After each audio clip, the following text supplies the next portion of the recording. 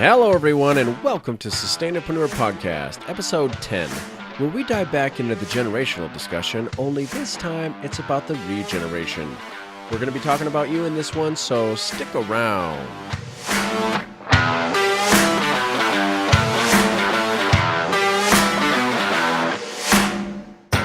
Welcome back to another episode of Sustainapreneur Podcast, where we are bridging the gap between business and sustainability.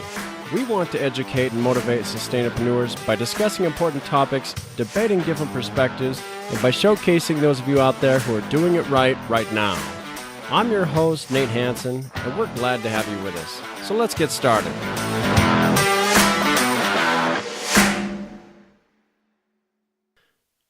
As most of you know by now, I talk a lot about the millennial generation and how I think they have more than what it takes to solve our global issues today. But I don't think I talk enough about those who aren't millennials, who take sustainability just as serious, if not more serious, than some of the Gen Ys out there, which is another name for a millennial. Besides, hippies are really the ones who coined it all anyway, aren't they? They're the ones who brought it up front and center stage for the longest time, and then for some strange reason, our culture seemed to put it aside for a while. And thankfully, science picked it up for the next few decades and tried to tie some facts to the whole thing. But recently, and for a while now, we've been seeing a resurgence of the sustainability bug in our youth of today that almost seems like it's ingrained in them naturally. It must have been all that Captain Planet we watched. But from time to time, I end up in a discussion that turns into like a blame game where people start to accuse older generations of not caring about sustainability or ruining our future. And to that I say, don't. There's no sense in expending all that time and energy blaming someone else in order to somehow feel better about our own shortcomings by externalizing the guilt. Because the truth of the matter is, we've all played a part. Every generation, in some form or fashion, has added to this problem. If you want proof, all we need to do is Google what kind of toxic stuff comes in the electronics we buy, especially that little brick in our pocket called the smartphone. It's got enough to make your stomach turn. And e-waste is a huge worldwide problem. But the blame can be seen as double-sided. True, if it wasn't for the past generations, we wouldn't have the sustainability issues we have today. But we also wouldn't have things like penicillin, the telephone, computers, and the internet. And the internet, ironically, will be the most important tool in our fixing our global issues. So technically, if it wasn't for them, we wouldn't have the problem. But then again, we wouldn't have the solution either. So really, we're right smack dab in the middle of where we need to be. We just need to get busy. So, thank you, previous generations, for giving us the tools we need to face these issues. And by the way, we could sure use your help, so climb aboard. Which brings me actually to my next point. A lot of us out there have been noticing a new trend. Generations have been blending in their ideas and their global concerns. In the past, there was usually such a dividing line between generations where you could almost draw a line on a timeline and most people's ideals would fit within their generational gap. Now you're seeing people from all generations and of all ages coming together in more of a mutual understanding. And the culprit? Technology.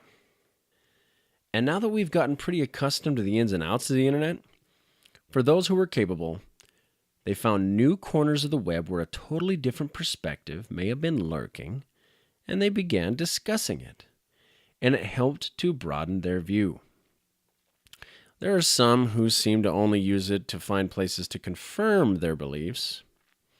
But the ones who explored a different perspective had the opportunity to totally reinvent themselves over and over again to the point of being malleable. Which is why we're dubbing it the regeneration. Regeneration, is defined by dictionary.com, is to be reformed or reborn, especially in a spiritual or moral sense. Only thing is, this generation won't be restricted by a timeline. It'll be defined by its intelligence. Because the only real differentiator in humanity today is our access to opportunity, and it has very little to do with our genetics.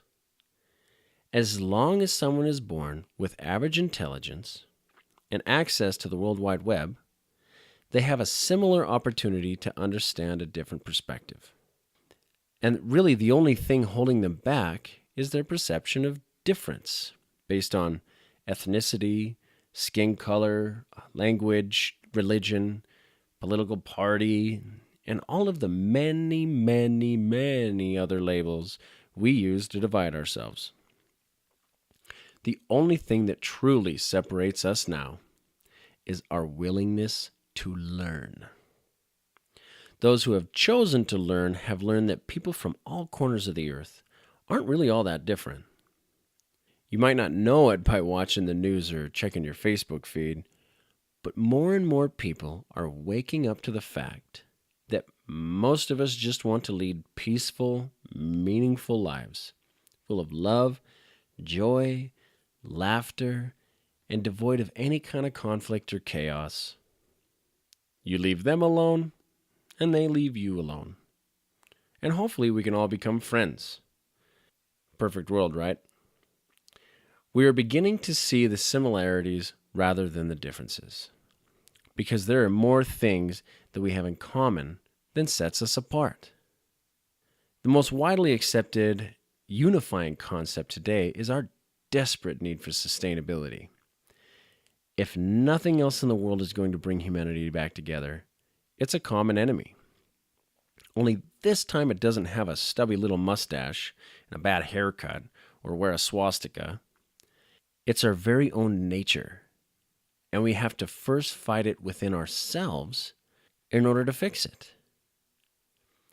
Who would have ever guessed that the same things that made us believe we were the masters of the natural world, not so long ago I might add, would turn out to be the cause of our potential undoing?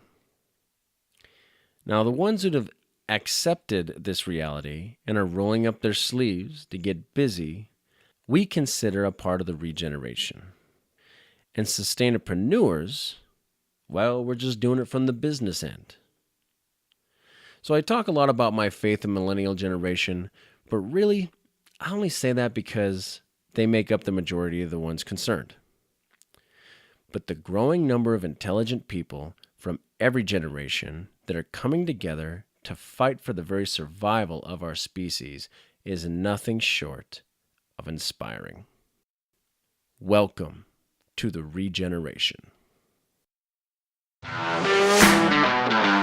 That concludes our episode for today. As always, thanks for tuning in, and don't forget to like, share, rate, and subscribe.